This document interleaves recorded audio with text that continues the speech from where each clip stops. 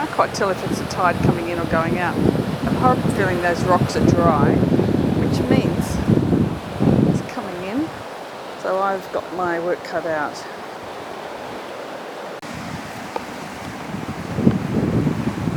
So, obviously going to do very, very broad brush work. And it's going to start with the rocks coming down. I'll just pop them in. Bob Ross style. Now, just putting a little bit of brown, a little bit of blue together, making some bigger rocks towards the back. Then I'm just put some smaller ones in the distance. Perspective, this is what makes things look deep. Large at the front, tiny back there. Now, this tree is what I'm sitting here for. I don't want to lose it. But it's already out of my image a little bit. I'll bring it down there. I won't put all of its messy branches in that are on the end, but I'll just put a couple. I'll make a decision later about that. So, put that in lightly. Another tree behind. Lots of bracken or, oh gee whiz, I wonder what type. I've got no idea what type of plant that is. It's kind of like a coastal rosemary, I think. Now that I look at the leaf, it's a small leaf. Bit of green, blue, bit of green over the top of that. It's room for rocks, more rocks in front. Now, as usual, I have to cheat to get when I look at the picture, I don't exactly paint what I'm seeing. I like to paint what should be there. I'm going to go up here with my horizon very carefully. Try and get that it's the one thing that's got to be straight. Dry brush that across. Put a bit of water on my brush. Just fiddle around with that. I like that whiteness out there. Not necessarily there at the moment, but it might be later. So I'll just put a little bit more ultramarine blue in that. Now I'll come down with some greeny colour, which will be the teal blue. I hope I can get that to behave itself. Sometimes I've got to do it out the edge just to make sure it's the right. It's tealish. I'll add some green to it. I didn't mean to add that much green, but I'll go back to the teal colour. Spread that across. Now I want to come into the burnt sienna. I'll just put the brush on the side so I can end up with lots of white. Try and keep the white in this particular painting. So I'm just making those shapes to appear like there's water flowing. So I'll put the brown in because that's what's underneath the water, and then I'll come back with some blue over the top. Just a little bit of foamy action on the bottom side of it. Break that line up. The top side can be nice and smooth. The top side's smooth, the bottom side should be broken up a little bit. So I'll just run that up into the green. Look at that. Little bits of blue here and there on that foreground. I mean, for water, but lots of brown too. Coming around those rocks. Light brown. I do some raw umber just to mix in with that beautiful yellow colour.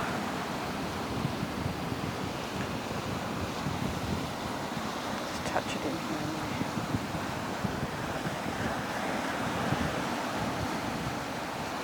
Okay.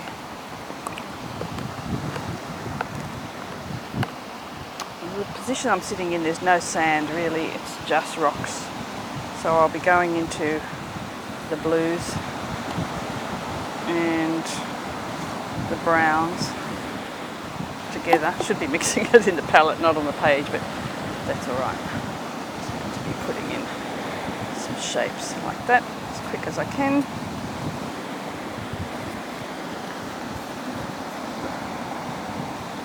If it gets too pretty, that blue, just knock it back with the brown.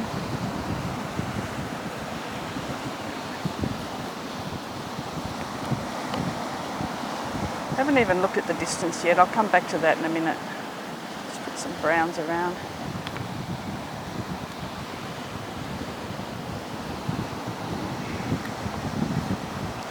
I want to get to a grey, sort of neutral grey, so that'll be blue and brown together.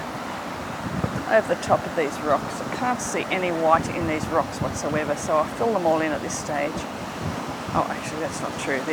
Now that I look, there's little shells on the foreshore there, on the foreground. I'll just allow for those. They might end up having to be a gouache. Okay, that's pretty messy at this stage. But what I'm going to do is let that dry. That's all highlight inside of it. Now I'm going to go in with the dark shadows, pop that out. Nice sky in there. There's some ultramarine blue going down to cerulean. Very pale. Don't mean to splash it everywhere, but the sun's going down, so we'll have to speed up a little bit. I've got tape on this, and therefore I'm going right to the edge. Take advantage of that white edge that's going to be there, and just letting that'll fade out. That nice dark colour. I'm going to come back in. I might do it now while it's very wet. There's some cloud there. I'll just drag my brush across.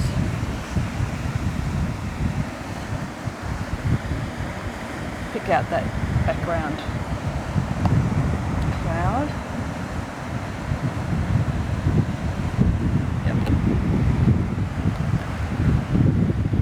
And while it's very wet, I'll put the distant mountains in. A fair bit of warmth in those with the sun on them.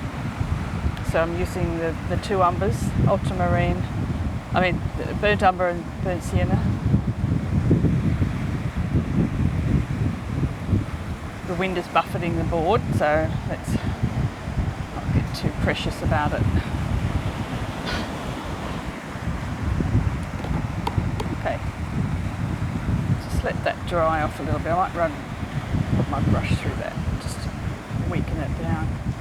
So I've done the green here. I'm going to bring the blue back over the water. Has to be ultramarine blue, reflect the sky, I think. Also because it's a strong blue. Get a lot of colour out of my ultramarine, where cerulean's a little bit weaker. So I'm just going to put that water in the pattern in my usual way, just sort of zigzag it around. When that dries, I'll tighten that up.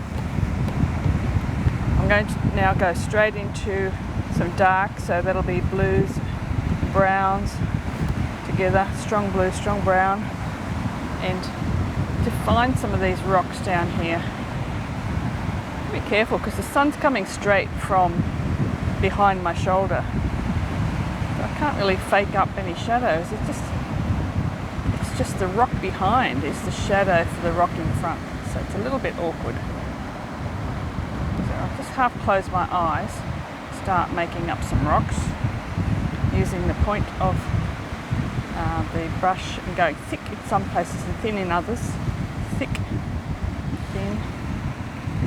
So the colours I put down before are going to end up being just the random top colour of where the sun hits that rock.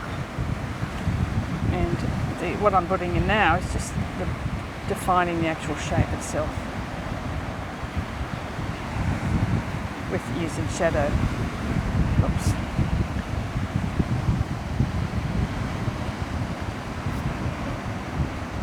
Okay, so the ones in the very front are much smaller. I'll just give them a little indication. I've got bushes here on the side, so to use the bushes, I just use the side of the brush and flick up a little bit, get a bit of totally different texture. Leave some parts green and then shadow behind. Got the rock there, so I just have to do some nice and detail there, like that. That's nice. And in the front here, there's quite a few yellow, colourful, I'll go orange even. Add some orange to the brown that's already on my brush. Blues and browns on the brush. Just so it's a dirty orange. Out there in the water, there's very, very dark rocks that I need to really pick out, but I want them to be very warm, so I'm thinking burnt sienna might be the way for those. They're in amongst the waves. And there's some more that are in shade, but I'll put them in as burnt sienna now, and then I'll come back over them with the darker blue in a second.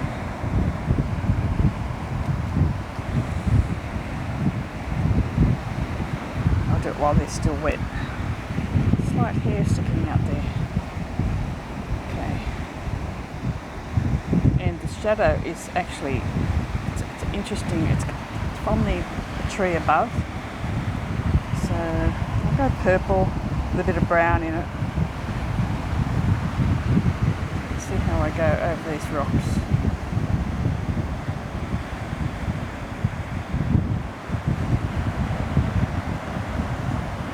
And then there's branches, shadow from the branches. Ends up being almost abstract. Just got to go for it, just see what happens.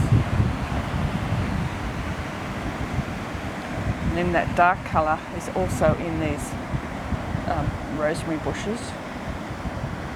And of course they're under the tree, and I'm just waiting for that background to dry so I can really give that tree a good painting in. Just let that dry a little bit. Wash my brush. Check the camera.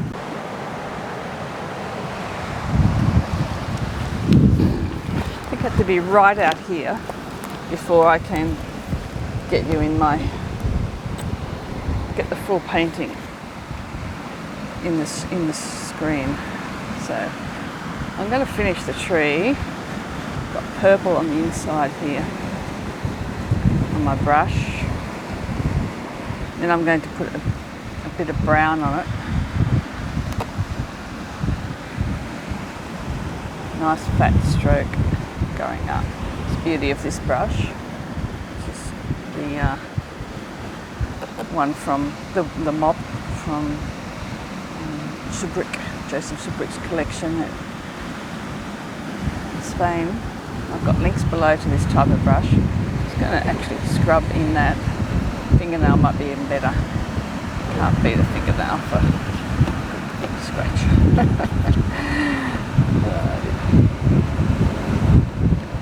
So some of this tree down, these bushes down here need taking out. Okay, so the final little tweaks over here.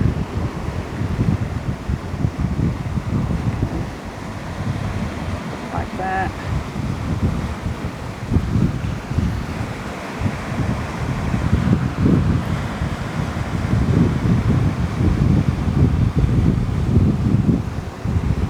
They actually curl around. I really want them very, very dark, so I'll probably be going over them once it's all dried. Oh, a couple of other things before I forget. I'll do more of that, but I do want to have a bit of a deeper, gorgeous green for outside here. So I'll just throw that in.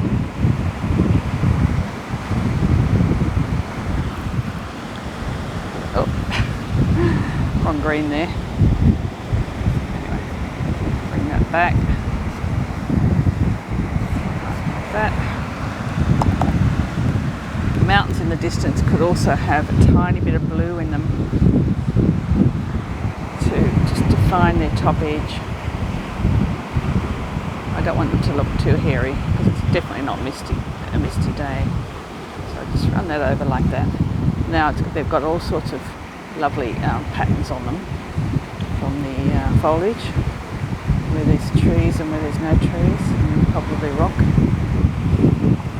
Can't quite see behind this tree, but I imagine there's more. Yeah, there is. Okay. More up here. I'm trying to hold the board still to stop the board from wobbling in the wind. This is what happens. And lots more detail can be added down here, but I won't do it now because I'm out of time really. So this is just the start of what could be a very detailed painting, or you could just leave it as it is. The last thing I'm going to do is add some gouache, but not in the way of gouache. I'll use titanium white.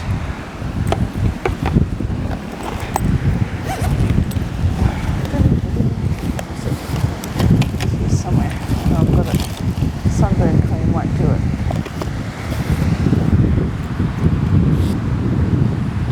There it is. So I'll just throw the white onto the palette. I'm not going to bother getting clean water. Oops. I'm not going to bother getting clean water now. It'll just take too long. So quickly, very quickly, water and wash. Oh, got a leaf. It's the second one. So I'm just putting it across very carefully using this big brush, and just not all the way across, just here and there, because that's where the waves are breaking. So I've already left the white there, so I don't really have to do much more to that, except I do want to put foam in the front there using the corner of the brush. And I think I'll better go back to my more controllable mop. Make sure it's clean as it can get in that water. Wipe it clean. So I'm just going to do the little bits of foam here and there, carefully spot it around some of those rocks.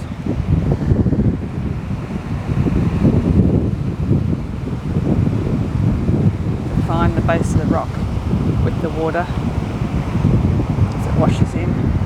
At the back here, every now and then it splashes up really big, so I'll just throw some up there and on those rocks there.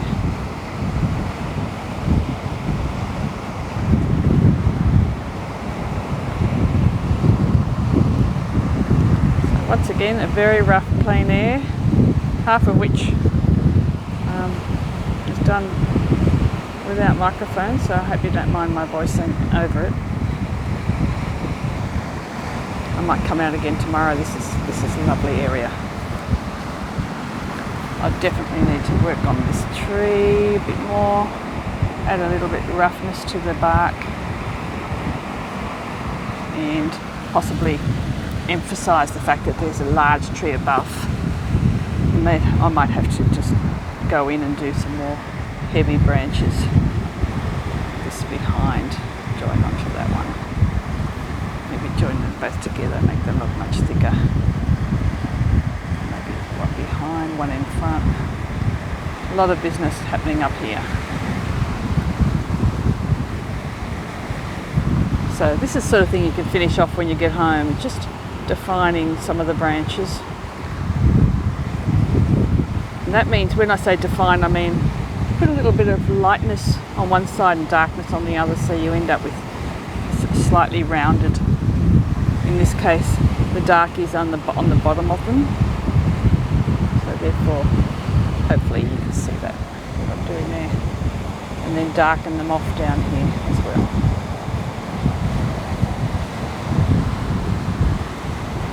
Okay, so I'll leave it at that. Thanks very much for watching my painting of the rocks at Swansea. That's the, if I'm clever, I might try and get that horizon to line up. Anyway, appreciate you watching. I hope you enjoyed it. I'm looking forward to doing another one tomorrow, maybe the next day. We've got to do a bit of travelling, going down to Hobart. So I'm looking for somewhere that might have some boats. So I'm thinking of a marine style plein air on a wharf with some old boats. That's my dream. I'd love to find something like that. So I'm sure Hobart will have that. In the meantime, thanks for watching. Appreciate you being with me all this time. And please click the like if you liked, subscribe if you haven't already, and I'll catch you in the next one. So, as rough as it is, it's almost finished. Being plein air, it is finished. That's what you get when you go outside in the weather. What you get at the time is what you have to have, what you have to put. Better when you have the tapes taken off the edges. Your ugly duckling looks a lot prettier. More like a swan, but maybe not.